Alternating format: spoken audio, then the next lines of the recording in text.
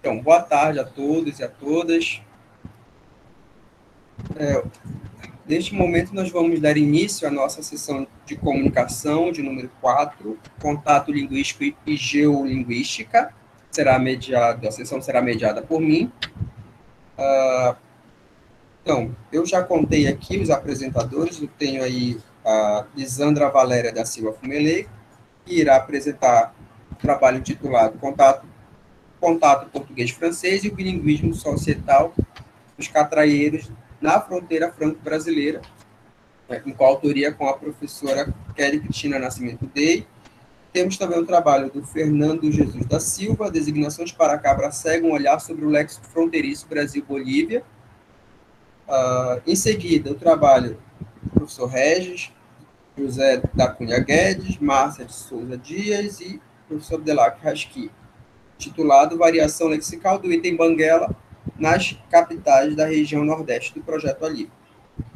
Em seguida, trabalho do professor Genivaldo da Conceição Oliveira, intitulado Faixa com listras coloridas e curva no céu, chuva fina e terra umedecida pela chuva e terra umedecida pela chuva nos dados do Atlas Linguístico do Brasil, variação semântico-lexical. E, por último, eu vou apresentar o trabalho intitulado Não Concordância Verbal, terceira pessoa do plural no português indígena falado pelo povo caripuna da Amapá. Certo? Então, nesse momento, peço para a Valéria colocar sua apresentação. Cada apresentador terá 15 minutos, no máximo, para expor seu trabalho, e somente após a finalização de todos os trabalhos nós vamos abrir espaço para discussão, perguntas, dúvidas sobre o trabalho que serão feitas aos apresentadores. Certo? Valéria, você pode iniciar sua gravação, e quando tiver faltando 2 minutos para encerrar, eu vou ligar o microfone só para avisá-los. Certo, professor.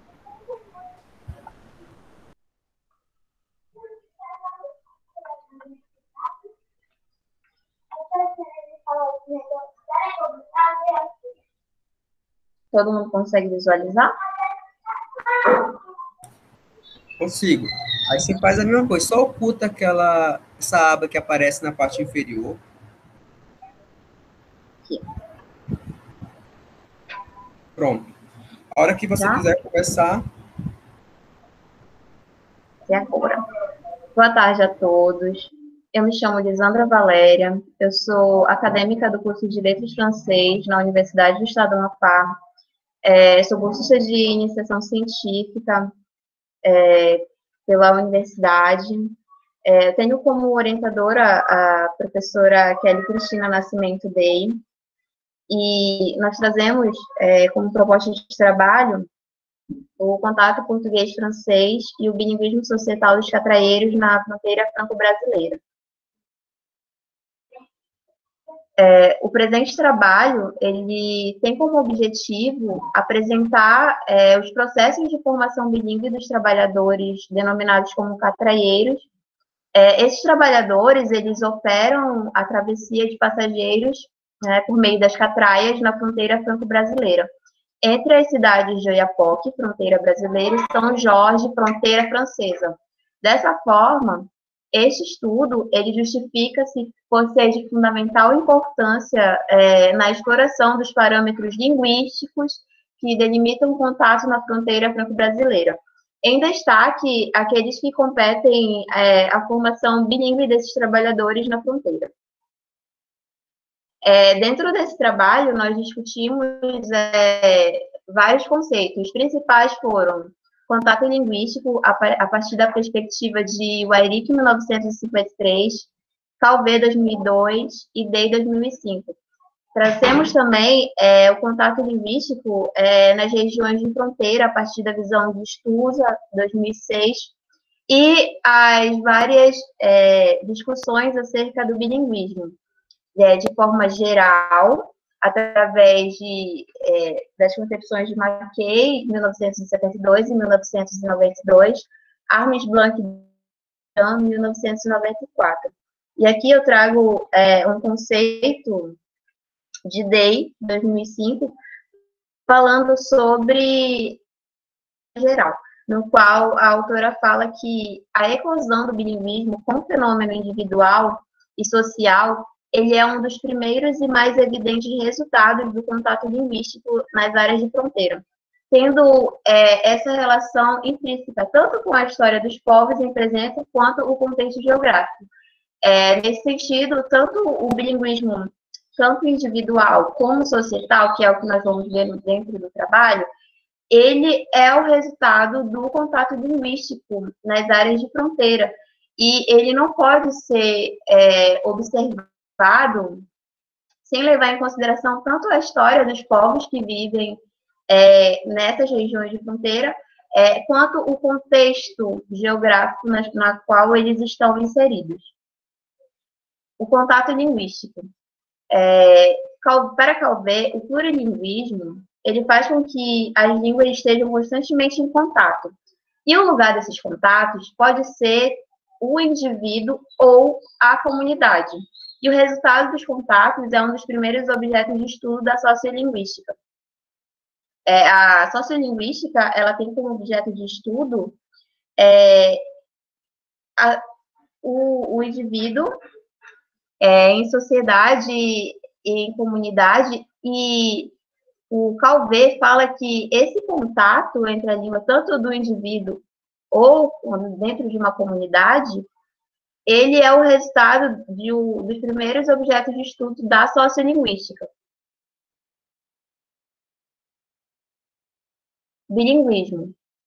O conceito que se estende desde as perspectivas mais estritas, que vai falar sobre o controle nativo entre dois idiomas, até concepções bem amplas, no qual ele fala que o bilinguismo ele só ocorre se o falante ele souber pelo menos uma competência linguística. Aqui nós temos uma outra citação de Day que fala que o bilinguismo é a capacidade de uma pessoa, de uma comunidade ou parte dessa comunidade de utilizar 2 ou mais códigos em diversos domínios ou atividades da sua vida cotidiana, família, escola, trabalho. E esse conhecimento linguístico, em cada uma das línguas, ele é adaptado às exigências práticas inerentes ao domínio ou às atividades envolvidas, e não necessariamente coincidentes com os conhecimentos equivalentes de um falante nativo ideal. Sendo assim, tanto uma pessoa quanto uma comunidade, eles usam, dentro da área de fronteira, é muito comum usar 2 ou mais códigos em outra língua, devido à necessidade do trabalho, à necessidade de ter o contato linguístico com falantes de outras línguas, no caso da fronteira franco-brasileira, o francês é muito presente na fronteira brasileira. Então, esse conhecimento que a FOC tem, ele parte dessa necessidade prática de morar dentro de uma fronteira. Aqui nós trouxemos o bilinguismo individual. Na visão de Mackay, ele só pode ser compreendido se nós levarmos em conta alguns fatores essenciais, tal como o grau de proficiência desse falante, qual é o nível de bilinguismo que ele tem, o conhecimento que a pessoa tem sobre línguas, e qual a função que essas línguas exercem no dia a dia desse falante, como a alternância de códigos, sendo assim, observar com qual frequência esse falante ele utiliza uma segunda língua, sendo no seu contexto de trabalho, sendo na escola, até dentro da sua casa. O bilinguismo societal. Day considera, de modo geral, que o bilinguismo societal ele é o bilinguismo social, fruto da convivência de pessoas que dividem o mesmo espaço geográfico, onde um grupo aprende a língua do outro e muitas. Então, o grupo na qual nós estamos nos referindo é um grupo social de pessoas que trabalham em um mesmo espaço e cada um aprende a língua do outro e muitas vezes ensina uma língua estrangeira para o outro. E a Day fala que isso acaba por compor social bilíngue, que nós dizemos. Falar um pouco sobre os procedimentos metodológicos da pesquisa. A pesquisa ela foi de campo, de natureza descritiva e quantitativa. Nós utilizamos como instrumentos de coleta de dados o questionário sociolinguístico e a entrevista semi-estruturada. As perguntas que nós utilizamos no questionário foram... o questionário ele serviu para nós fazermos, criarmos um perfil para os nossos informantes e situá-los dentro do nosso trabalho. E as perguntas pré-elaboradas, elas estavam contidas na entrevista semi-estruturada. Nós trouxemos qual a principal língua da fronteira, quantas línguas, qual língua é mais utilizada no ambiente de trabalho, qual delas você fala melhor ou se sente mais confortável em falar uma outra língua, você escreve em outra língua, de que modo essa língua ela influenciou ou influencia na sua primeira língua. A fronteira local o município de Oiapoque. O nosso público-alvo foram os catraeiros, que trabalham diariamente nessa zona fronteiriça. Mais adiante nós temos a imagem das catraias, e esse o meio de transporte que os catraeiros utilizam para fazer a travessia entre a fronteira brasileira para a fronteira francesa e vice-versa. Com base no questionário sociolinguístico, nós fizemos o perfil para os nossos informantes, cujas faixas etárias foram de 20 e 60 anos, todos homens, porque nós não encontramos mulheres exercendo essa profissão. Ao todos, nós entrevistamos 20 catraieiros, e nós podemos notar que a metade dos informantes, eles residem no tempo, eles são oriundos dos estados do Pará, Piauí, Maranhão. E a maior parte desse grupo estudou integralmente em escola pública. Porém, eles não concluíram nem o ensino fundamental, nem o médio. Todos os informantes conhecem bem a fronteira francesa e 60% deles declararam ter parentes que residem no lado oposto. A nossa análise de resultados. Aqui nós trouxemos no gráfico 1 as respostas da primeira questão da entrevista. Qual a principal língua da fronteira? Nós temos 40% dizendo que o francês é a principal língua, 35% revelam ser o português e 25% o crioulo.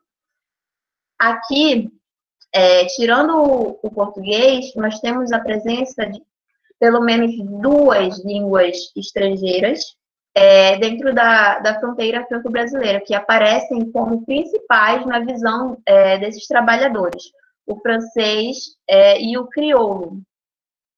No gráfico 2, nós perguntamos quantas línguas eles falam para buscar compreender o bilinguismo, o nível de bilinguismo existente dentro daquele grupo.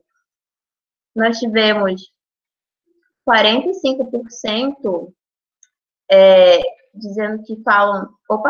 Nós tivemos 20% que falam só um idioma, 35% que falam 2 idiomas e 45% que falam de 3 ou mais idiomas. Então, aqui pelo gráfico 2, nós vemos que em pelo menos 80% dos nossos entrevistados, eles são bilíngues. Ou seja, eles falam de 2 ou mais idiomas dentro, no ambiente de trabalho e consequentemente, dentro da fronteira. Esses 20% que falam só o português, pode ser explicado por falantes que são mais velhos dentro da profissão, e eles têm uma dificuldade maior nos revelaram que eles possuem uma dificuldade maior em aprender o outro idioma. No gráfico 3, nós perguntamos qual língua você mais utiliza para se comunicar no trabalho. 55% falaram que o português é a língua mais utilizada, 42% Oi, Valéria, francês. Rapidinho. Licença. Faltam 2 minutos para você encerrar a sua apresentação, ok?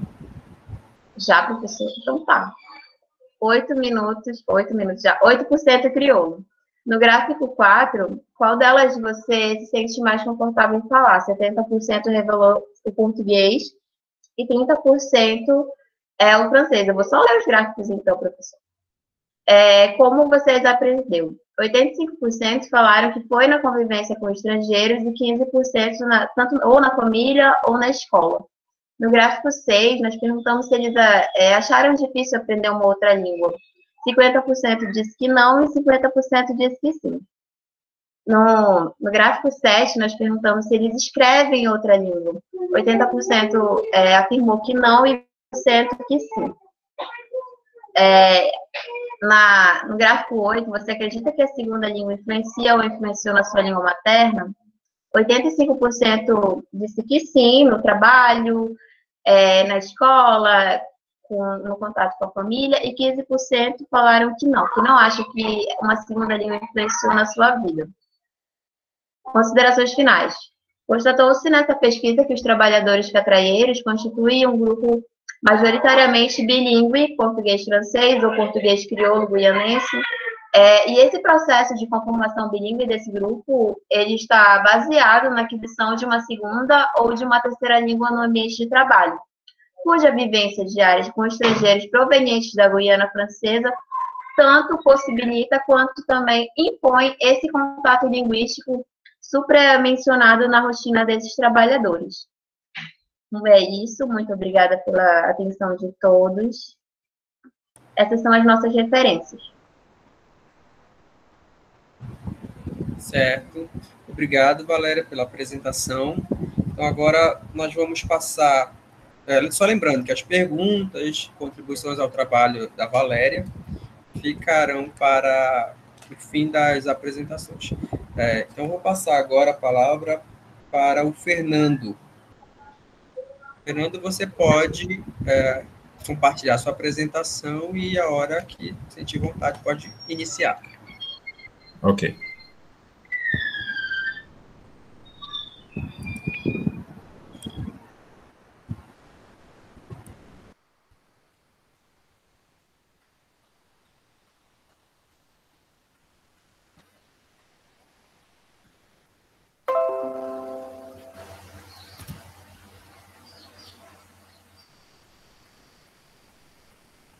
Tá todo mundo vendo?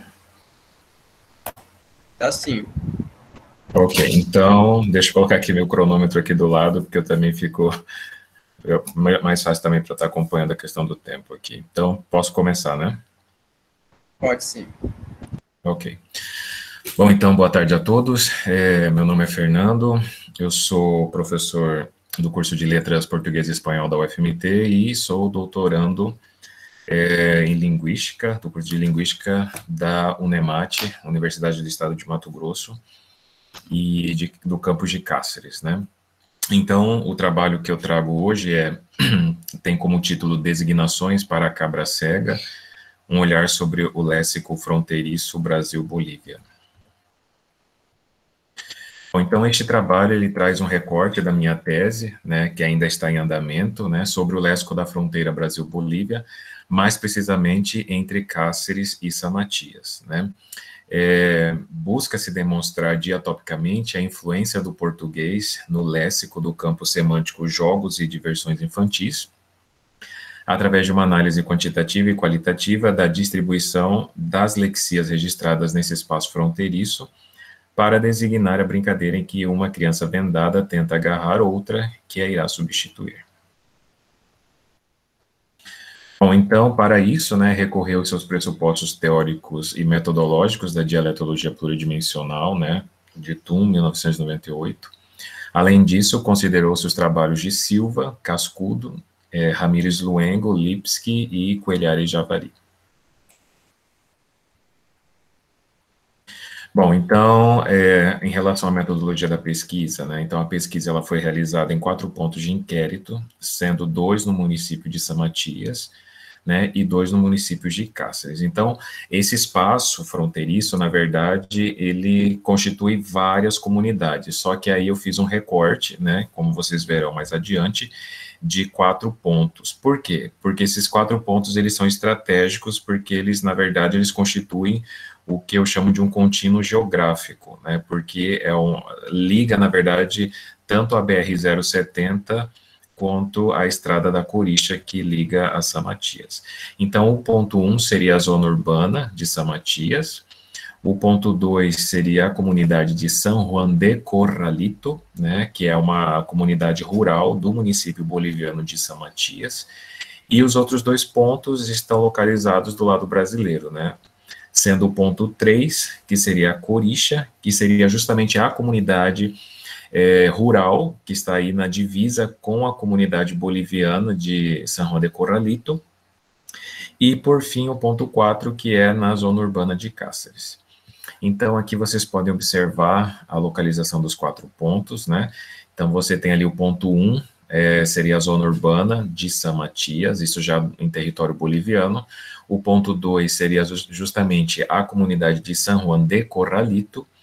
O ponto 3 seria, do lado brasileiro, a comunidade de Corixa, e veja, o ponto 4, já mais distante, seria a zona urbana de Cáceres, né? E aí é interessante que esse espaço fronteiriço, ele é diferente de outros espaços, por exemplo, no sul do Brasil ou no norte, que geralmente são espaços conurbados. Aqui você pode observar que existe uma distância bastante grande entre o ponto 3 e o ponto 4, né, e comparado com o ponto 2 e o ponto 3, elas apenas estão separadas por um pequeno córrego, né, que aqui a gente chama de coricho, que dá nome justamente às comunidades, né, Corixa do lado brasileiro e Curitia do lado boliviano. Aqui eu tenho uma visão mais ampliada do lado boliviano, né? No círculo azul eu tenho a zona urbana de São Matias, no círculo vermelho eu tenho a zona rural fronteiriça boliviana, onde está localizado justamente San Juan de Corralito, e aí no lado verde a gente tem o distrito de Corixa, né? Então pode observar que são as duas comunidades, elas se interseccionam, né? E a distância, por exemplo, da zona urbana de São Matias em relação a Curitia, né, a São Juan de Corralito, é de 7 quilômetros. É uma distância bastante pequena, né, o que contribui para o intercâmbio entre as duas zonas do lado boliviano. Aqui tem uma imagem da entrada, né, de São Matias, né, e justamente a divisa entre os 2 países, entre Brasil e Bolívia. Vocês podem observar que do lado brasileiro é o fim, onde termina o asfalto, né, a BR-070, e dá início à estrada Hardeman, que é a estrada da Corixa. E ali também estão os 2 marcos, né, que dividem, os marcos da divisa em branco, aqueles 2 monumentos lá no canto inferior. E mais adiante, né, já em território boliviano, a gente observa também a questão do exército boliviano, que é um posto de fiscalização, que solicita a documentação de todos os brasileiros que entram, né. E justamente nesse espaço que está San Juan de Corralito, né, e do lado onde está a parte asfaltada é onde está o lado brasileiro, onde está a comunidade de Corixa. Bom, então, na metodologia, nós tivemos como as dimensões a serem pesquisadas, né, a gente fez a seguinte divisão a partir dos seguintes parâmetros, né. Na dimensão diatópica, os parâmetros foram rural e urbano. Na dimensão diassexual, nós dividimos nossos informantes, né, entre do sexo masculino e feminino. Dia geracional, nós dividimos em 2 grupos etários, sendo um grupo de 18 a 30 e um outro de 45 a 65 anos. E na dimensão diastrática, nós dividimos em 2 grupos de escolaridades distintas, né? O primeiro grupo, que seria o E1, seria um grupo composto por informantes com ensino fundamental ou médio, incompleto ou completo, e no grupo E2 seriam os informantes com ensino superior incompleto ou completo. É interessante que, no caso da parte rural, das comunidades rurais, né, devido à distância e às dificuldades, né, e outras questões também culturais e econômicas, nós não encontramos informantes que tenham ensino superior incompleto ou completo, né. Então, prevaleceu o grupo E1. No total, foram entrevistados 24 informantes, né, entre brasileiros e bolivianos.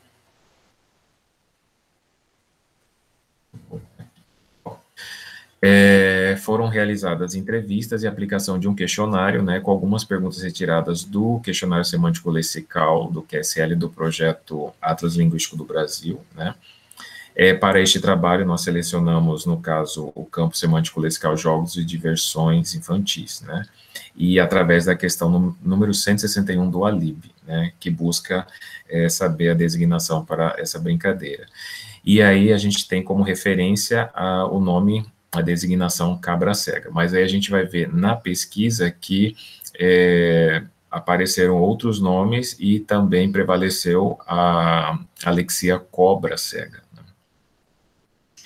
Então, para o tratamento dos dados, né, criação das cartas linguísticas e produção dos relatórios, né, a gente utilizou o SGV Clean, que nos permitiu fazer toda essa parte.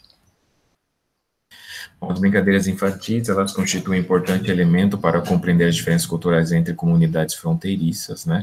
Entretanto, olhar para a fronteira entre Cáceres, entre San Matías e Cáceres, significa perceber que no universo lúdico, entre bolivianos e brasileiros, há mais semelhanças que diferenças, principalmente no modo como designam as brincadeiras. Nesse espaço fronteiriço, sempre houve um forte contato cultural e linguístico entre portugueses e espanhóis, posteriormente entre brasileiros e bolivianos, razão que justificaria um compartilhamento lexical que revela uma fronteira porosa sem limites para a língua, né? San Matías se caracteriza por ser um município plurilingüe, pois além do uso do português e do espanhol, línguas como quechua, aimará, guarani e chiquitano também formam parte da realidade linguística local, principalmente da zona urbana, visto que na zona rural fronteiriça predomina-se o espanhol e o uso de uma variedade de português vernacular, que designamos como sendo um português fronteiriço boliviano, que, como nós veremos, influencia bastante a questão lexical do lado boliviano.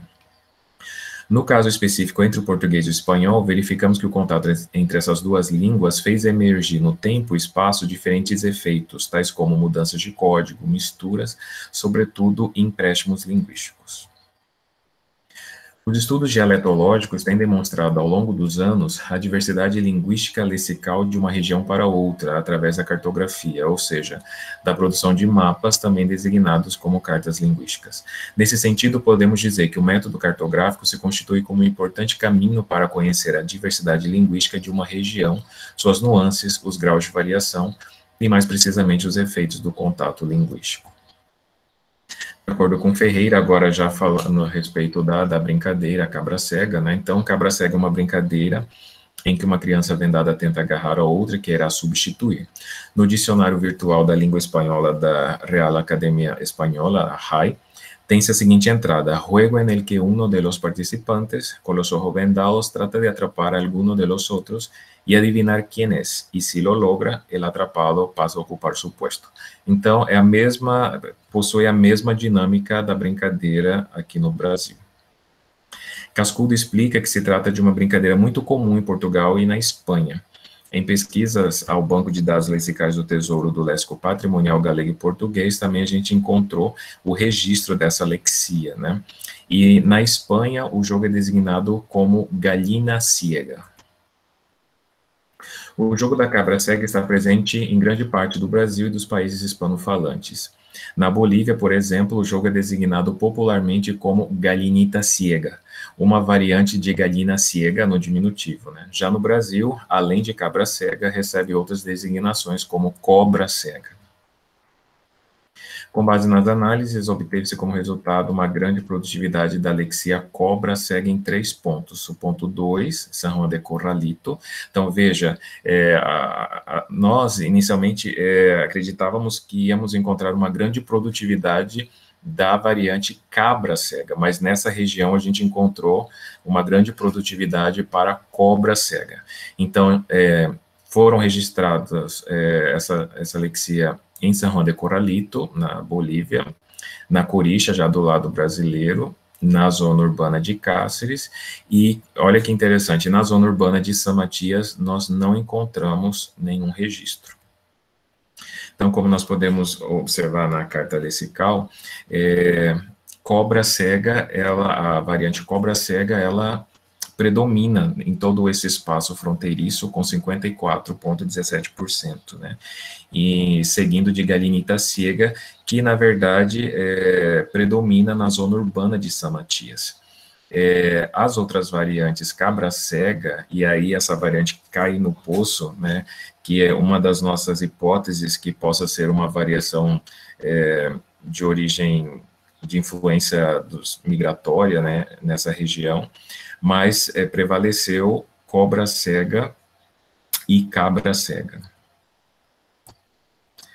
Bom, se a gente compara Cáceres, né, no ponto 3 e no ponto 4, no ponto 3, que seria na Corixa, a gente tem a predominância de cobra cega, e já no ponto 4, que seria na zona urbana, a presença dessas 3 variantes, cobra cega, cabra cega e cair no poço.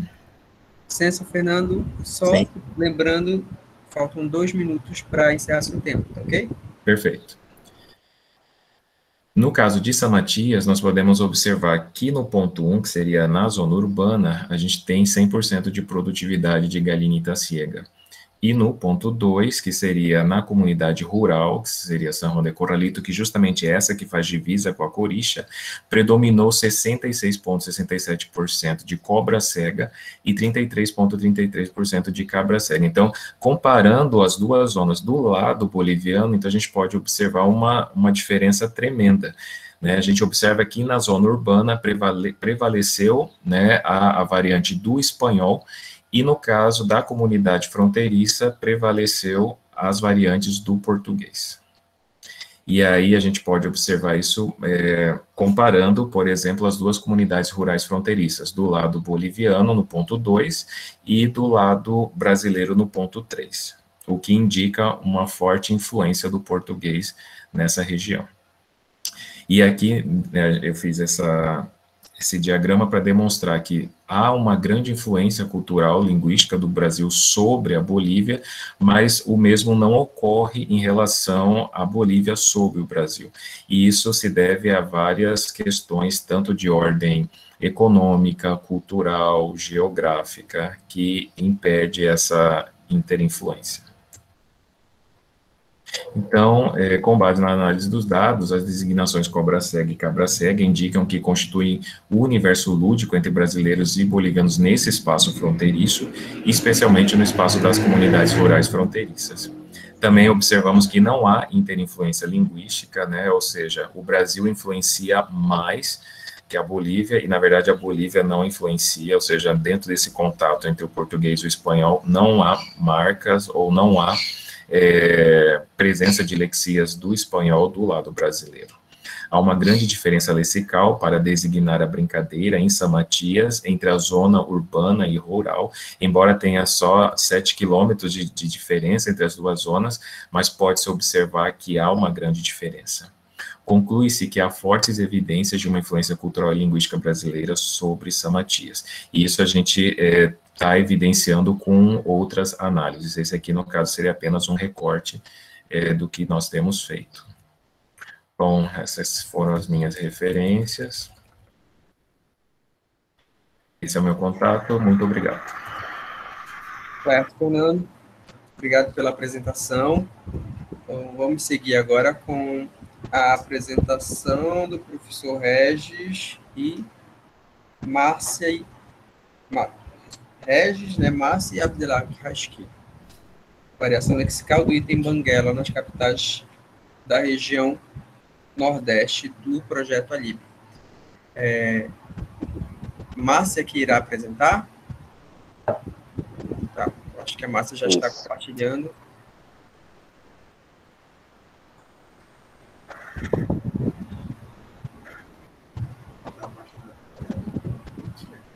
Certo. A hora que você quiser começar, Márcia, só avisar. Ok. Estão me ouvindo? Sim. Ok.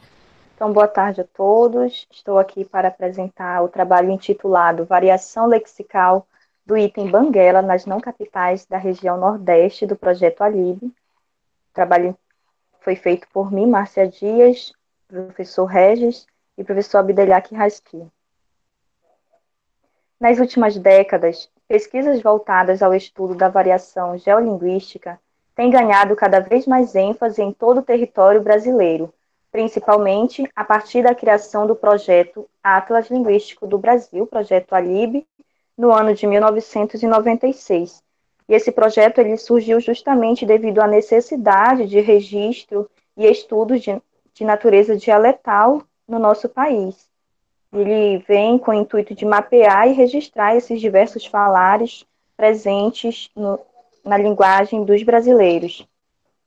O presente estudo objetiva colaborar com o mapeamento da diversidade lexical presente no banco de dados do projeto Alib, visando a publicação dos próximos volumes do Atlas. Então, o projeto Alib ele já fez 2 publicações no ano de 2014, no terceiro CIDES, em Londrina. A primeira publicação, o primeiro volume dele, é composto por questões, informações metodológicas do projeto, enquanto que o segundo volume ele vem apresentando 159 cartas linguísticas com os dados das 25 capitais brasileiras que foram triadas. O estudo do item lexical Banguela está sendo realizado pela equipe do projeto Geofala, da Universidade Federal Rural da Amazônia, campus Tomé Açu, coordenado pelo professor doutor Regis Guedes, sob a orientação do doutor Abdelhak Raski. Também nosso projeto está vinculado ao projeto Geolinterme da Universidade Federal do Pará.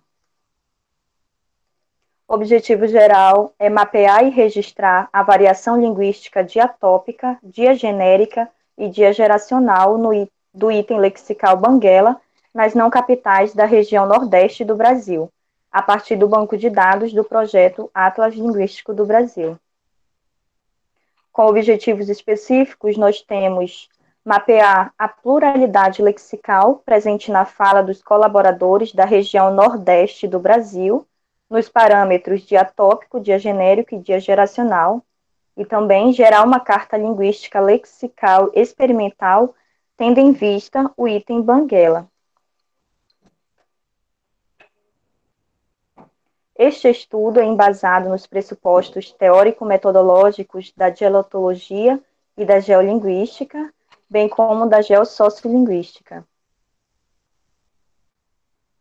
Nossa metodologia de pesquisa. O presente trabalho adotou uma metodologia de base quantitativa, fundamentando-se no método geolinguístico, tendo em vista uma perspectiva geossociolinguística, a partir do qual se realizou um mapeamento geolinguístico de dados pertencentes ao banco de dados do projeto Alib, em que foi considerada somente a variação lexical do item Banguela nas não capitais da região Nordeste do Brasil. Então, aqui nós estamos trabalhando apenas com o item lexical Banguela. Aqui nós temos o quadro 1, que é o perfil dos informantes de acordo com o projeto Alib, a estratificação dos informantes para as não capitais, porque para as capitais é diferente. Nas capitais, nós temos 8 informantes, enquanto que nas não capitais nós temos apenas 4 informantes. Do lado nós temos o código 1, 2, 3 e 4, que são o total de informantes. A letra A e B refere-se aos informantes mais jovens, a letra A, e B aos informantes mais velhos. A faixa etária vocês estão vendo, os mais jovens estão entre 18 a 30 anos e os mais velhos entre 50 a 65 anos. M, sexo masculino, e o F, feminino, e todos têm que ser analfabetos até o 9º ano do ensino fundamental. Nosso quadro 2, nós temos as localidades que foram investigadas em toda a região Nordeste. Do ladinho nós temos os estados, que são Alagoas, Bahia, Ceará, Maranhão, Paraíba, Pernambuco, Piauí, Rio Grande do Norte e Sergipe. E aqui nós temos os pontos, as cidades que foram investigadas. No total, são 69 pontos de inquéritos para a região Nordeste. Para a realização da coleta de dados, foi utilizado o questionário semântico lexical, QSL, constituindo de 202 perguntas, que estão distribuídas em 14 campos semânticos: acidentes geográficos, fenômenos atmosféricos, astros e tempo, atividades agropastoris, fauna, corpo humano, ciclo da vida, convívio e comportamento social, religião e crenças, jogos e diversões infantis, habitação, alimentação e cozinha, vestuário e acessórios e vida urbana. Então, a pergunta que nós buscamos uma resposta é a pergunta de número 100 do QSL, que faz parte do campo semântico corpo humano. O inquiridor pergunta: a pessoa que não tem dentes, como você chama a pessoa que não tem dentes? E aí nós procuramos obter a resposta de banguela, desdentado ou qualquer outra variação que o informante conhece. Alguns passos da nossa pesquisa foi realizado primeiramente a triagem dos dados sonoros. Nós fizemos a transcrição grafemática desses dados, das respostas obtidas, para uma planilha do Excel.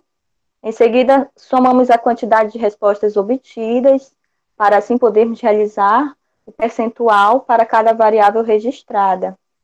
E, por fim, elaboração de uma carta linguística experimental. Elaboramos também gráficos e tabelas e quadros.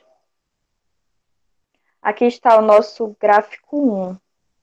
Número de ocorrências para cada variante registrada na região Nordeste. Aqui nós temos por número de ocorrências.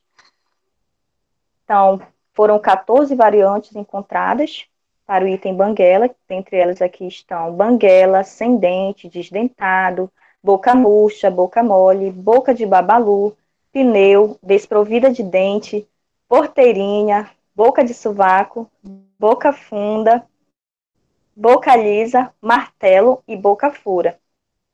De todas as respostas, o número total de ocorrências, como nós vemos, foram 214 ocorrências para o item banguela. Em seguida, tivemos sem dente, com 20 ocorrências, e desdentado, com 17. Desse modo, pode-se afirmar, então, que a variável banguela demonstrou predomínio no falar nordestino, conforme o esperado, tendo em vista estudos realizados por nós anteriormente. Nós realizamos já 2 estudos com o item lexical banguela. Primeiro foi em 2018, com a região sudeste, que também tivemos banguela com maior índice de recorrência no falar dos brasileiros. E em 2019, nós trabalhamos as capitais da região norte. Tudo a partir do banco de dados do projeto ALIB. Nosso gráfico 2, temos o percentual das variáveis registradas na região Nordeste. Aqui, como podemos ver, banguela atingiu um percentual de 81%, sem dente 8%, desdentado 6%, boca murcha 4%, e as outras está aqui as demais variantes que tiveram apenas uma ocorrência, atingindo 1%. E aqui nós temos a nossa carta experimental 1, referente à variação diatópica, onde nós podemos identificar, que banguela teve ocorrência em todas as localidades. Nenhuma ficou sem falar banguela. Atenção para Sergipe e Alagoas, esses 2 estados que foram 100% de ocorrências para Banguela, só se registrou a variante Banguela, não teve nenhuma outra. Aqui nós temos uma tabela com percentual atingido por cada variante de acordo com o espaço geográfico dos informantes. Então, aqui em Alagoas e Sergipe, como nós vimos, 100% para Banguela. Bahia, 84%, Ceará, 86%, Maranhão, 46%, Paraíba, 93%, quase 100% também, Paraíba. Pernambuco, 86%, Piauí, 56% para Banguela, e Rio Grande do Norte, 82%. Aqui, o único estado que não teve acima de 50% para a variante Banguela foi o Maranhão, que ele está bem dividido com as demais variantes. Banguela, desdentado, 25%, 14% para sem dente, boca murcha, 4% e 11% para as outras variantes encontradas. Nosso próximo gráfico, ele está mostrando a variação diagenérica e diageracional da lexia Banguela, por número de respostas. Então, como nós podemos ver, Banguela foi registrada mais no falar dos homens, com 109 respostas, do que das mulheres, com 105 ocorrências. Já no nível diageracional, os mais jovens responderam mais Banguela do que os mais velhos, mais jovens com 115 respostas e 99 para os mais velhos. A lexia desdentado aparece com maior frequência nos falares das mulheres mais velhas, enquanto que a variante sem dente apresentou percentual equivalente para ambos os sexos. Porém, a ocorrência de sem dente no nível diageracional esteve mais presente entre os informantes da segunda faixa etária. Para a variante boca murcha, as ocorrências se deram com maior percentual entre os colaboradores do sexo feminino. Já do ponto de vista diageracional, ocorreu o contrário, com maior índice de recorrência entre o sexo masculino. As demais lexias registradas, com menos ocorrências, evidenciaram-se mais no falar dos homens mais velhos. Nossas considerações finais. Neste trabalho, realizou-se o mapeamento da variação lexical do item Banguela nas não capitais da região Nordeste, a partir do corpus do Atlas Linguístico do Brasil, no qual foi possível realizar a confecção de uma carta experimental como registro dos resultados obtidos em nível diatópico. A variante Banguela se mostrou mais produtiva entre os colaboradores nordestinos em todas as dimensões aqui analisadas, seja na dimensão diatópica, diagenérica ou diageracional. Ela se sobressaiu em vista das outras, o que aparentemente segue uma tendência que se estende por todo o território nacional. Como nós já vimos, na região sudeste, também Banguela se sobressaiu nas respostas, assim como nas capitais da região norte. A continuação da triagem desse item lexical nas demais regiões dispostas no projeto ALIB, bem como nas capitais, possibilitará uma visão geral da variação desse item lexical em todo o território nacional. E aqui estão nossas referências. Obrigada. Obrigado, Márcia, pela apresentação. Então, seguimos com mais uma apresentação agora do Genivaldo.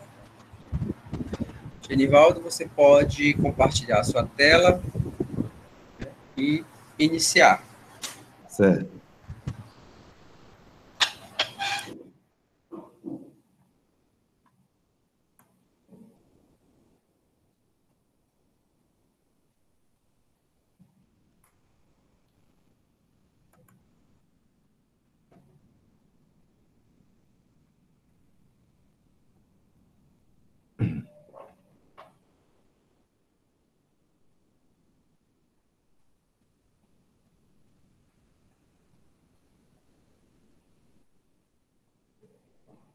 Vocês conseguem ver? Aí você só oculta essa abazinha que aparece aí e abre os seus slides. Dê o F5 nele para ver se ele se amplia tudinho. Aí você só vai ver a sua apresentação. Isso, agora sim. Vocês conseguem ver? Ok, está aparecendo. Pode iniciar. Então, boa tarde a todos e todas. É um prazer estar com vocês nesse encontro. Meu nome é Genivaldo da Conceição Oliveira, eu tenho mestrado em Fonética e Fonologia pela Universidade do Texas, em Austin, Estados Unidos da América, e tenho doutorado em Dialetologia e Sociolinguística pela Universidade Federal da Bahia, UFBA. E o trabalho que eu trago para vocês hoje se intitula Faixa com listras coloridas e curva no céu, chuva fina e terra umedecida pela chuva nos dados do Atlas Linguístico do Brasil, a LIB, variação semântico-lexical. São exatamente as questões que estão lá no QSL.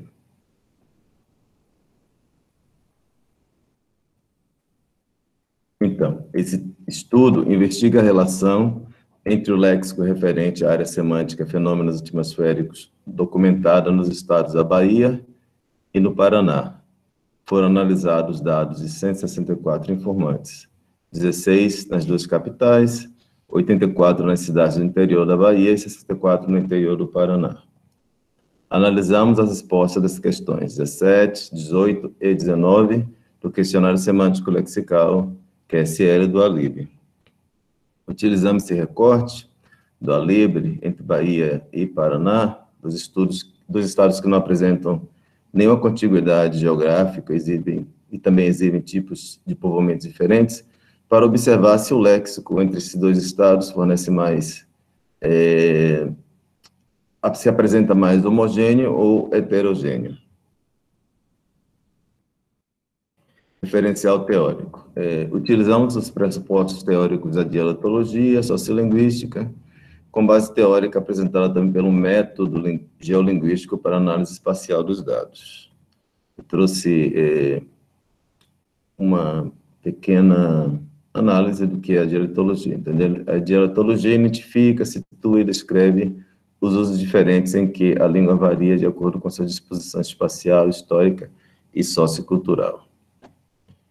A sociolinguística se centra na correlação entre fatos linguísticos e os fatores sociais, priorizando as relações sociolinguísticas, embora estabeleça a intercomparação entre os dados do ponto de vista espacial.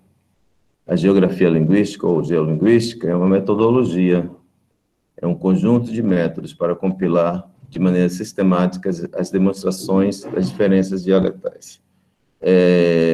Explorado nesses fundamentos teóricos, nesses pressupostos teóricos, nós temos Aguilera, 1990, Cardoso, 98, 2006, 2010, Chambers and Treadgill, 94, Labove, 2018.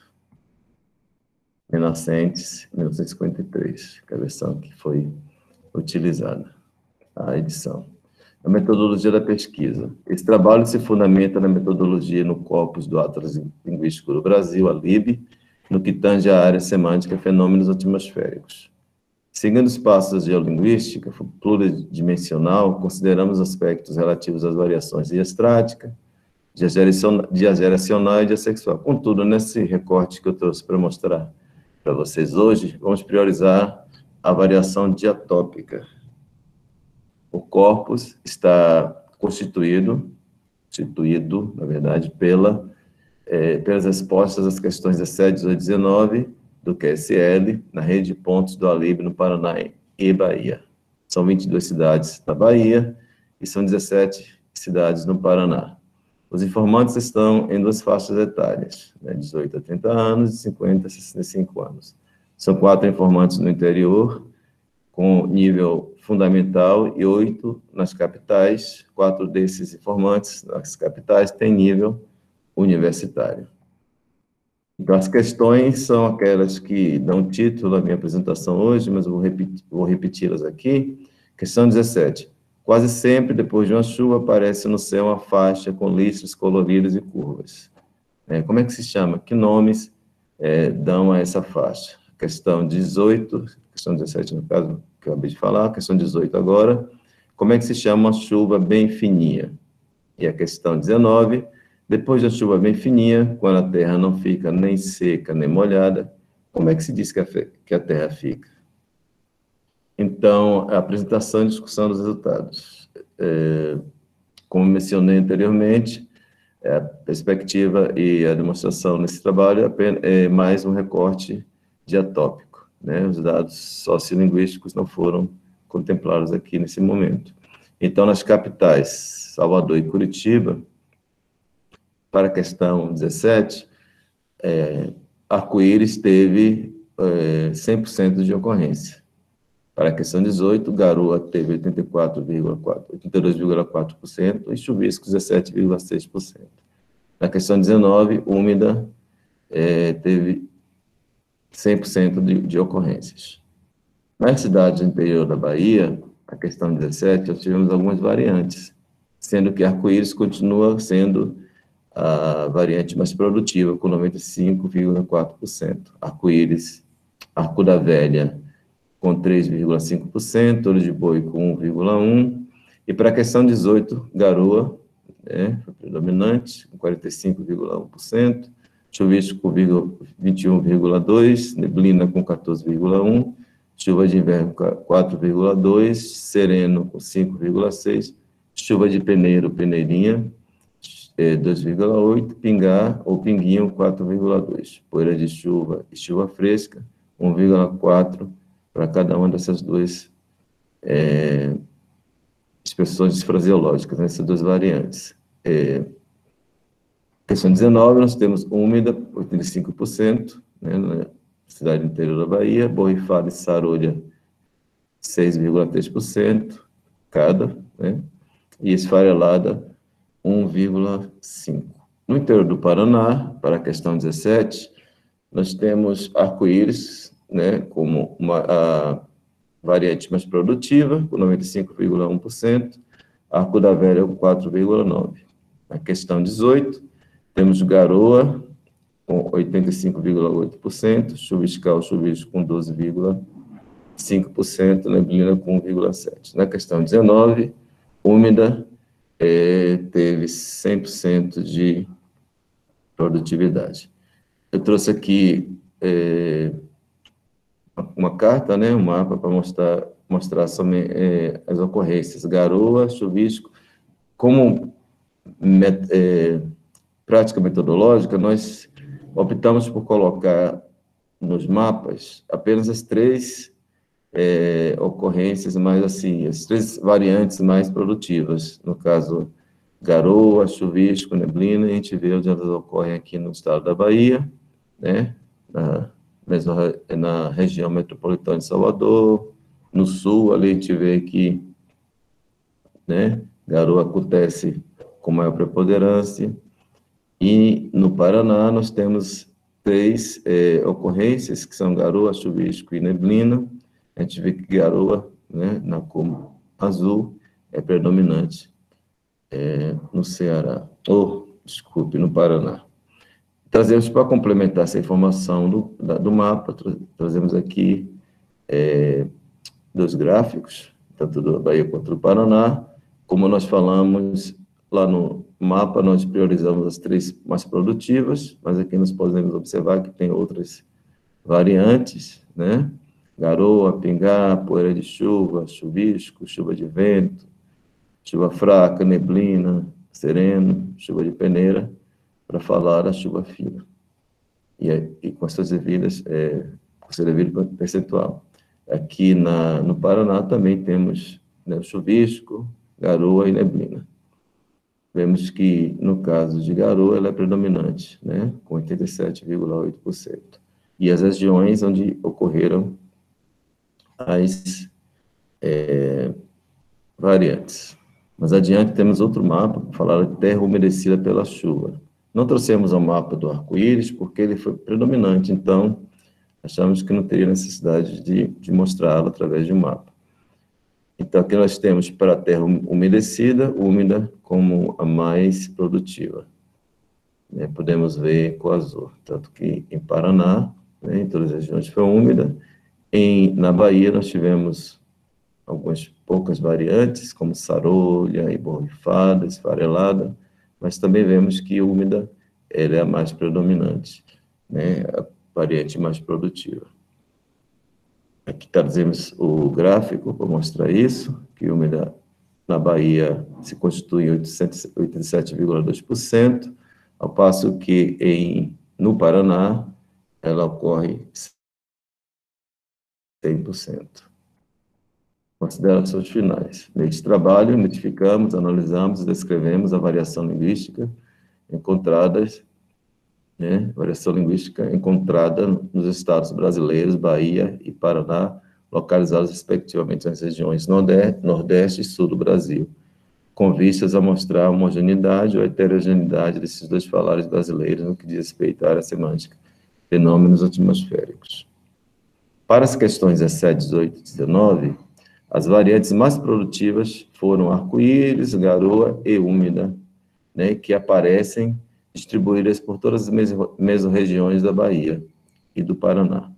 Arco da Velha ocorre apenas no Centro-Sul e Sul baiano, e Olho de Boi apenas no Nordeste da Bahia. No Paraná, ocorre Arco da Velha, somente no Centro-Ocidental e no Norte Pioneiro.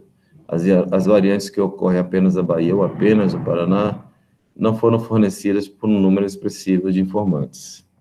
Então, considerando as questões iniciais, o léxico documentado nos dois estados oferece características particulares que podem delimitar e refletir a natureza da constituição histórica de cada um desses estados. Contudo, verificamos que no plano da análise diatópica, podemos destacar, nesse recorte específico, que analisamos, como resultado mais relevante, o fato de a distribuição das variantes terem um caráter mais homogêneo do que heterogêneo, considerando os dados de Salvador e de Curitiba, bem como de todas as cidades do interior dos dois estados. Aqui trago minhas referências, aquelas que eu citei lá nessa apresentação, e agradeço a todos por me ouvir. Obrigado, Genivaldo, pela apresentação. Obrigado também. Certo. Deixa eu ver se a minha câmera vai aparecer aqui. Eu vou colocar agora, então, o último trabalho é o meu.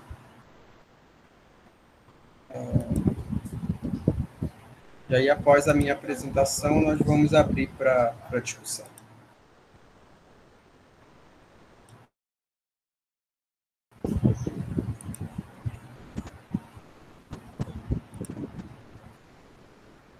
Certo? Vocês conseguem ver aí? Eu não consigo mais ver vocês, né? Vocês conseguem me ouvir e ver a apresentação? Sim. Tá, ok. Então tá, só contar o tempo aqui.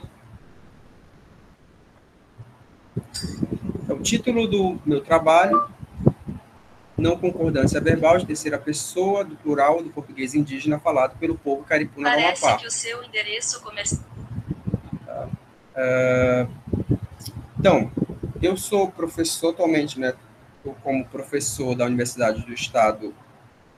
Deixa eu só corrigir aqui que não é o EPA, é o UEAP, né?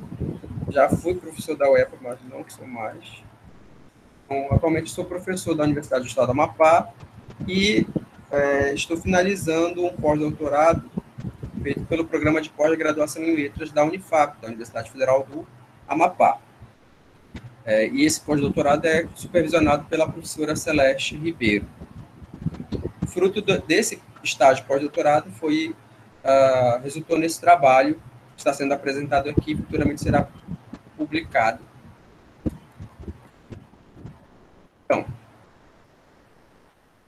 o objetivo do trabalho é estudar aí a não marcação da concordância verbal de terceira pessoa do plural no português falado pelo povo indígena caripuna do Amapá. O que nós temos visto durante esses anos de pesquisa na área da linguística no Brasil? A partir da década de 1990, linguistas brasileiros começam a investigar regras de uso que condicionam determinados fenômenos linguísticos, como é o caso da marcação de concordância verbal no português brasileiro. Em geral, a realização desse tipo de concordância tende a ocorrer de modo frequente na fala de grupos escolarizados. E a sua não realização tende a ocorrer na fala de pessoas não escolarizadas com baixo grau de instrução escolar. Essas pesquisas têm mostrado isso, que a concordância a escolaridade tende a condicionar a concordância e a não concordância verbal no português brasileiro. E a nossa pesquisa vai estudar a não marcação da concordância no português, mas não é o português falado por um não indígena, mas sim por indígenas do povo caripuna do Amapá. Esses são poucos estudos que nós temos voltados para o português indígena, no âmbito principalmente da sociolinguística. Como referencial teórico, a pesquisa está embasada nos estudos sobre contato linguístico, tendo em vista que o objeto de estudo aí é o português falado como L1 e L2 por indígenas caripuna do Amapá.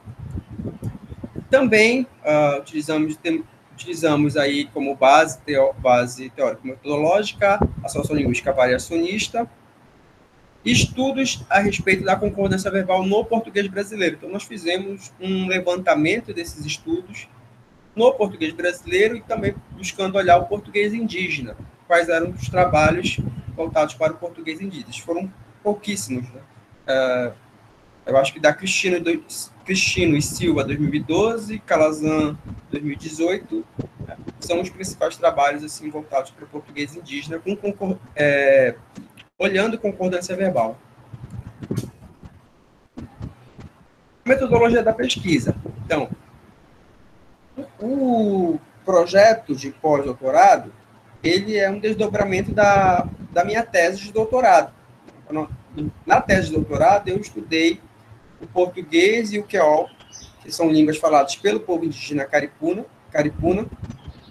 e, obviamente, muitos trabalhos que estão sendo apresentados aqui tem como corpus uma origem geolinguística, né? Pesquisa usando o método geolinguístico, e a gente sabe a quantidade de dados que são gerados a partir de uma pesquisa geolinguística. Então, eu tinha muitos dados da pesquisa de doutorado, e com as narrativas, e resolvi, então, olhar para as narrativas procurando estudar a não concordância verbal. Então, os dados dessa pesquisa são oriundos do corpus coletado por Sanches, de 2020. Assim, foram selecionados 30 narrativas orais em português de 30 colaboradores indígenas do povo caripuna do Amapá, e é localizada no extremo norte do estado do Amapá. Fica na divisa entre... fica no município de Oiapoque, né? A terra indígena fica no município de Oiapoque e está localizada ali na fronteira entre Guiana Francesa e Brasil, no extremo norte, né, do Amapá. Cada narrativa possui em média de 5 a 10 minutos de duração, totalizando cerca de 5 horas de gravação total. Para o tratamento do corpus, utilizamos o programa estatístico Excel, empregando o valor percentual conforme o número de ocorrência do fenômeno encontrado, isto é, não concordância verbal de terceira pessoa do plural. Então, nós não conseguimos utilizar os programas estatísticos, Barduga ou de Vabo, o programa R, justamente porque a quantidade de dados encontrados iria permitir rodar nesses programas, né? Iria dar nocaute. Então, pela quantidade de dados, nós preferimos fazer mesmo fazendo esse tratamento estatístico no próprio Excel, um valor percentual de ocorrência.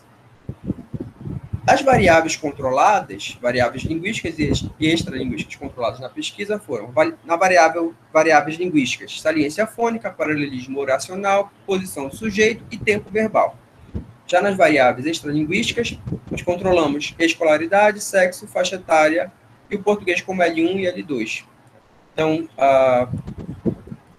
aqui, eu poderia ter dado mais detalhes, né, na questão das variáveis, mas aí, em relação ao tempo, eu vou preferir frisar nos dados, os resultados da pesquisa. Então, aqui nesse primeiro resultado, são dados gerais de marcação e não marcação de concordância verbal. Então, olhando as narrativas de modo geral, nós tivemos aí 15% de não marcação de concordância verbal e 80% de marcação de concordância verbal.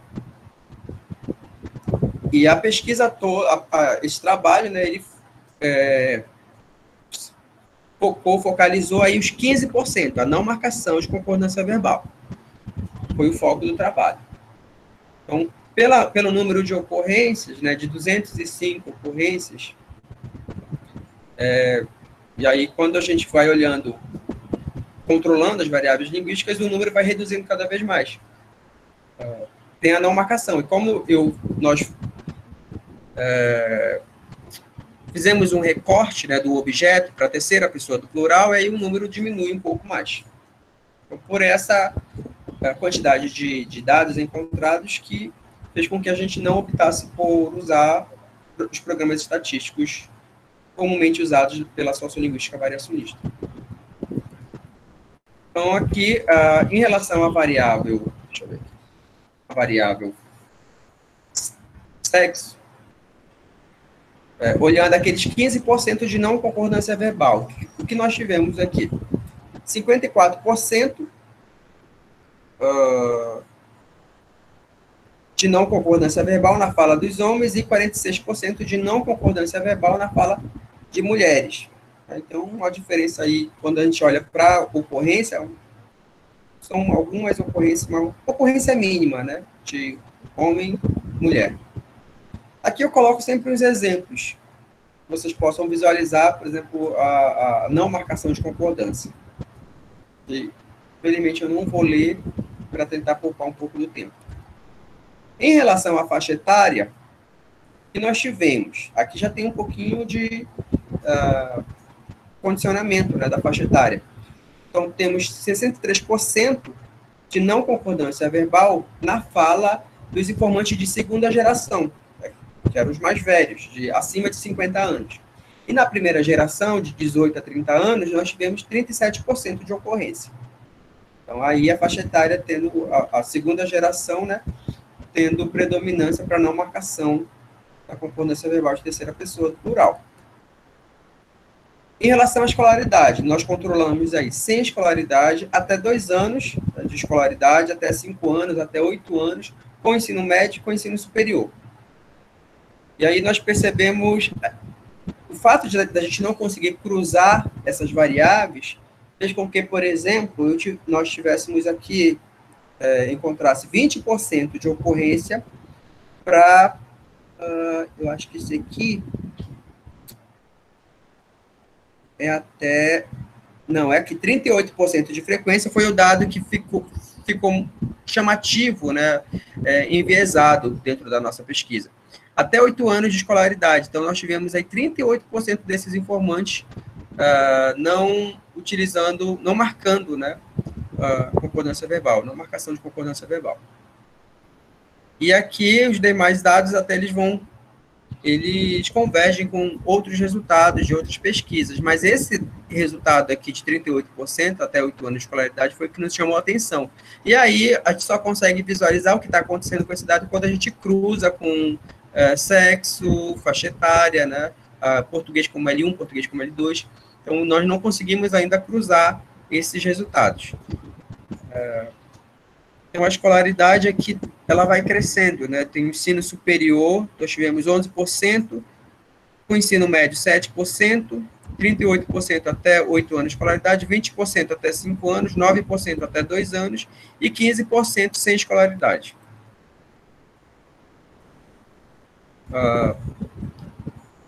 Na variável extralinguística, controlamos também falantes indígenas que têm o português como L1 ou português como L2.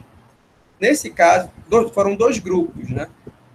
Nós encontramos aí 52% de não marcação de concordância verbal na fala dos informantes de português como L2 e 48% na fala dos informantes que têm o português como L1. E aí são 4 ocorrências de diferença, né, de um para outro. Então, basicamente, não é uma variável que tende a condicionar realmente a não concordância.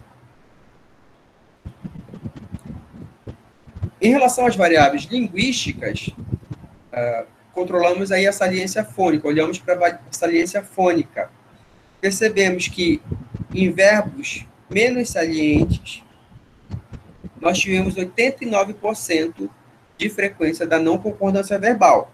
Quando os verbos estão menos salientes, parece que tende a não concordar, né, com maior índice. E 11% de verbos mais salientes. aqui a saliência fônica tende a ser uma variável importante. No tempo verbal, nós controlamos aí, olhamos para o verbo, né, no pretérito do indicativo, pretérito do presente do indicativo e o futuro do indicativo. Então, nossos dados, como resultado, né, 90% da não concordância verbal ocorreu em verbos pretérito do indicativo, 8% em verbos presente do indicativo e 2% no futuro do indicativo. Paralelismo oracional, então sujeitos com marcas explícitas de plural e sujeitos com ausência de marcas explícitas de plural. Também parece que essa variável não influenciou, não tende a influenciar, né, a não marcação. 52% para sujeitos com ausência de marcas explícitas de plural e 48% com sujeitos com marcas explícitas de plural. E acho que essa aqui é a última variável, que tem a ver com a posição do sujeito. Sujeito anteposto ao verbo, sem elemento, sujeito implícito, marcado na desinência verbal, sujeito anteposto ao verbo com até 2 elementos, sujeito anteposto ao verbo com mais de 2 elementos e sujeito anteposto ao verbo com até 2 elementos. Então, os dados mostram que 48% da não marcação de concordância verbal aconteceu em sujeitos anteposto ao verbo sem elemento.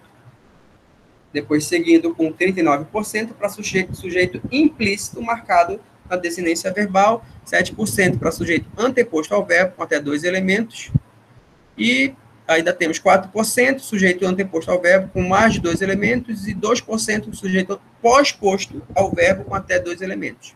E aqui nós temos alguns exemplos, né, de como ele acontece nos dados que foram investigados. Bom, considerações finais. Este trabalho analisou a não concordância verbal de terceira pessoa do plural do português falado por indígenas do povo caripuna do Amapá. No que se refere ao aspecto extralinguístico, a não marcação de concordância verbal apresentou maior índice de ocorrência na fala de indígenas homens, e ainda assim, né, não é uma variável que tende a influenciar a não marcação, que é uma diferença aí de 4 ocorrências. Indígenas da geração 2, acima de 50 anos, com 63%, indígenas com até 8 anos de escolaridade, 38%, e indígenas que possuem o português como L2, também. Apesar de ter uma leve tendência, assim, um aumento muito mínimo, diferença mínima, né, quando a gente olha a ocorrência, ainda assim a gente precisa de mais dados para ter certeza realmente se é isso que está acontecendo no português falado, quando se trata da não concordância verbal, né, falado por indígenas caripuna. Em relação ao aspecto linguístico, houve maior índice de ocorrência em verbos menos salientes, com 89%, verbos no pretérito do indicativo, com 90%, na presença de sujeitos sem marcas explícitas do plural, com 52%, e em sentenças em que o sujeito está anteposto ao verbo sem elemento, com 48%. A pesquisa forneceu resultados convergentes e divergentes a outros estudos sobre o português vernacular. O comportamento da concordância verbal no português caripuna tem se diferenciado de alguns aspectos linguísticos do português vernacular. A exemplo, citamos a posição do sujeito em relação ao verbo, em que estudos mostram que a não concordância verbal tende a acontecer quando o sujeito está pós-posto ao verbo. No entanto, nosso estudo mostrou que o maior índice de não concordância verbal ocorreu em sentenças em que o sujeito está anteposto ao verbo. Por fim, acreditamos que, em geral, a pesquisa contribui para o acervo de trabalhos sociolinguísticos de caráter morfossintático sobre o português indígena falado no Amapá e no Brasil. Essas são as minhas referências utilizadas na pesquisa. Obrigado. Então, eu finalizo aqui a minha apresentação. E passamos, então, para as perguntas aos apresentadores, contribuições. Bom, eu vou abrir aqui, então, para o público que está nos assistindo, né? Quem quiser fazer alguma pergunta, alguma contribuição, pode ligar o microfone ou então pode deixar aqui no chat. Alguém gostaria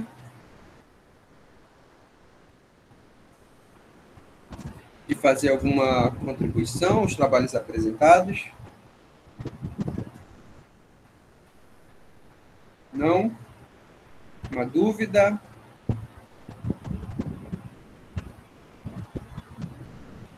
Então, já que ninguém tem, eu vou... Professor Romário. Oi. Boa tarde. Professor Regis, pode falar. Eu quero apenas parabenizar a todos os apresentadores, muitos trabalhos interessantes, trabalhos fundados do Alib, outros estudos muito interessantes, né? Parabenizar também a orientanda Márcia, que fez a apresentação do estudo que ela tem feito sobre esse item lexical do Atlas Linguístico do Brasil. E dizer que eu estou muito satisfeito, muito feliz de participar desse evento, como sempre, muito bem organizado aí pela equipe de vocês, tá bom?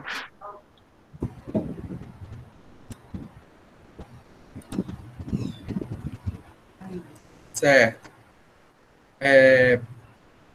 Obrigado, professor Regis. Alguém mais gostaria de fazer algum comentário, alguma pergunta? Oi. Sim. Fernando, Genivaldo. Bom. Isso, eu falo depois do Fernando. Então tá, obrigado, Genival. Na verdade, eu gostaria de fazer uma pergunta para a Valéria. Eu fiquei bastante curioso, que ela mostrou a questão do bilinguismo do lado brasileiro, né? E eu queria saber se ela tem algum tipo de informação em relação ao outro lado, né? Se também se o bilinguismo também é presente ou não. Obrigado. Valéria, você pode ficar à vontade. Renato, você pode repetir novamente? É porque falhou aqui em muitos momentos na sua pergunta e eu não consegui entendê-lo. Ok, tá me ouvindo? Não. Se você puder colocar aqui no chat, eu agradeço. Então tá, peraí, só um minuto. Valéria, tá me ouvindo? Professor, tá falhando até a sua. Tá ok. Então, enquanto o Fernando coloca a pergunta aqui no chat, o Genivaldo pode antecipar a sua fala. Então, mais uma vez, boa tarde a todos. Minha fala, na verdade, é para você, Romário, sobre sua pesquisa. Achei muito interessante. Aliás, todas as pesquisas, os trabalhos apresentados foram muito interessantes. O Fernando, gostei muito. E o seu, gostei, em particular, porque é algo que me interessa também, né? Línguas indígenas, línguas africanas. Inclusive, fiz um pouco de estudo sobre isso. Eu gostaria de saber, na sua apresentação, assim, não ficou muito claro para mim que você fez análise morfossintática, né? A não concordância verbal, não é isso? Com determinados condicionantes, vamos dizer assim, não é isso? Eu gostaria de saber, assim, o que você acha que, eu não sei se você falou e eu não peguei, quais são realmente a razão que isso acontece com o português indígena, especificamente do povo caripuna, não é isso? Seria porque o português é considerado para eles como uma língua de substrato, ou a língua deles é uma língua de substrato e o português é de substrato? Seria isso? Então, ainda... muita gente ainda não conseguiu responder isso, né? Tem muita gente estudando português indígena. E aí tem algumas pessoas chamando de português afro-indígena, né? Falando dessa questão do substrato aí, mas ainda a gente não chegou a um resultado concreto, assim, né?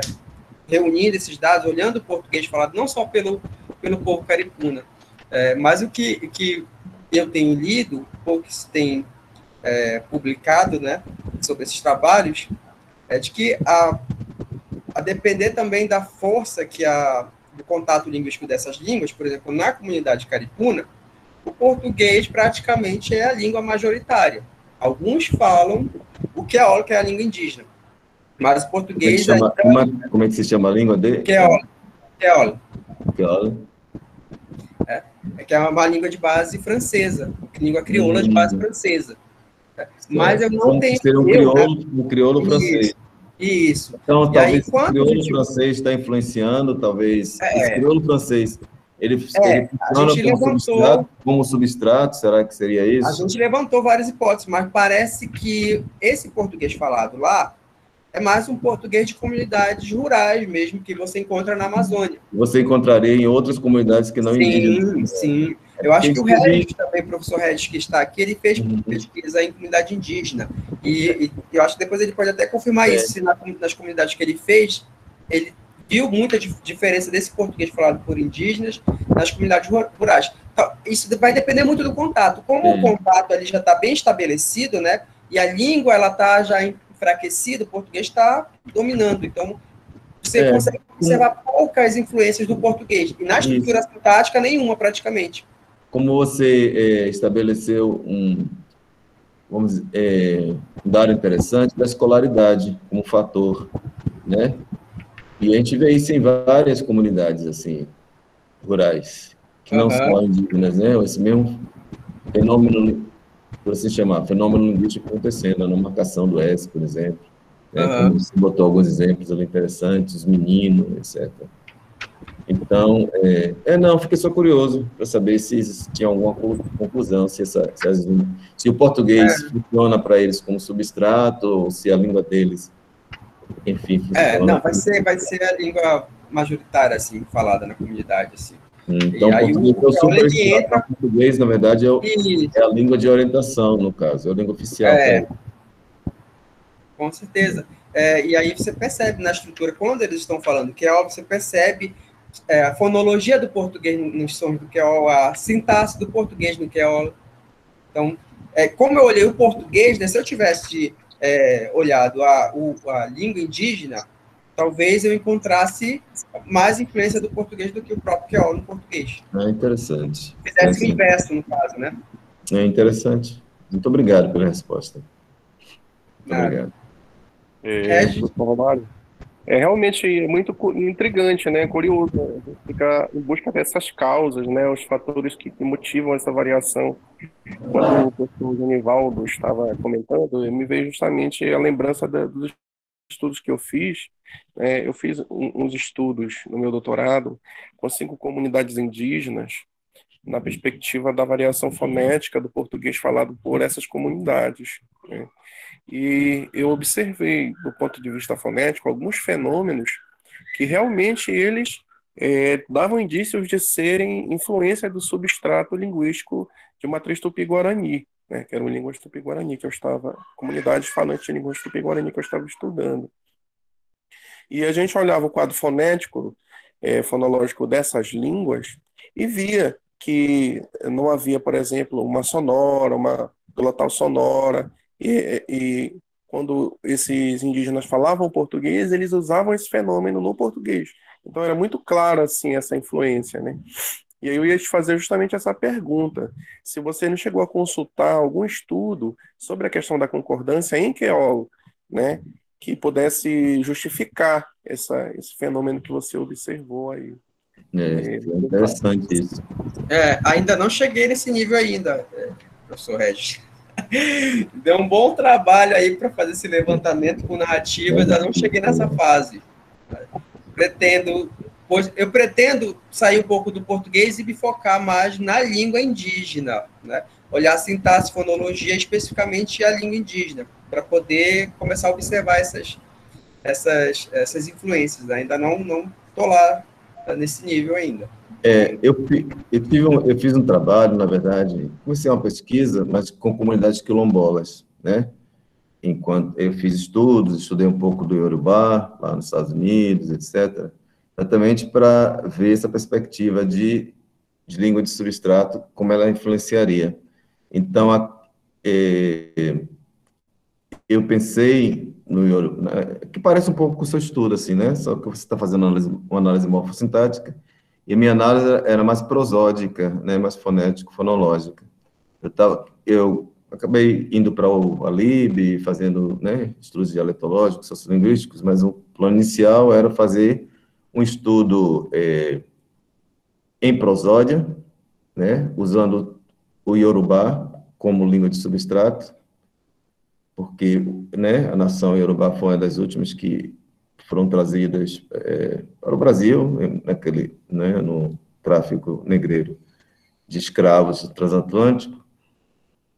E aí o Iorubá é uma língua tonal, uma língua de tons, tem 3 tons, né, alto, médio e baixo.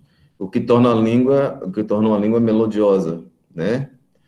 Então existem esses estereótipos que dizem, eu sou baiano, né? Eu estou falando daqui da Bahia, que o baiano fala cantando, né? Então eu queria ver, estudar isso, né? Se a prosódia lá do Iorubá influenciou na prosódia do português, do dialeto baiano, vamos dizer assim.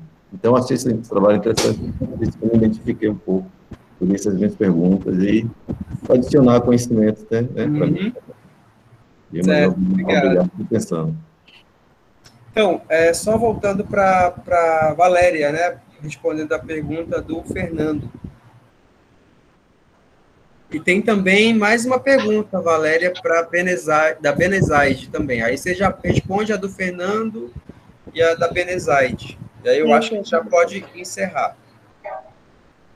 Bom, Fernando, durante o nosso tempo de pesquisa, nós conseguimos identificar que o bilinguismo ele não ocorre só na fronteira, só no lado brasileiro.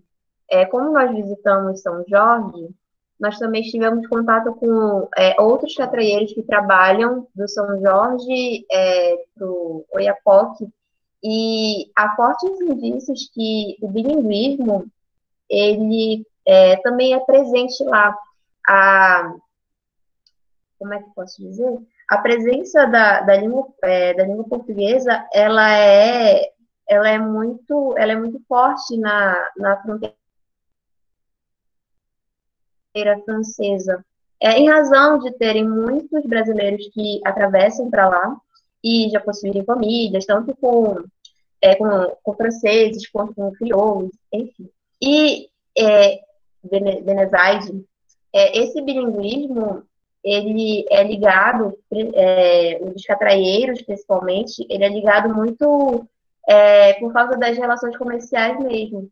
Tanto que no gráfico 8, no gráfico 6, que eu acabei passando muito rápido, eles falam que eles aprenderam outra língua, uma língua estrangeira, em razão dessa necessidade do trabalho, de se comunicar no trabalho. E quando eles não estrangeiro, eles sempre pedem para outro catraieiro para ajudar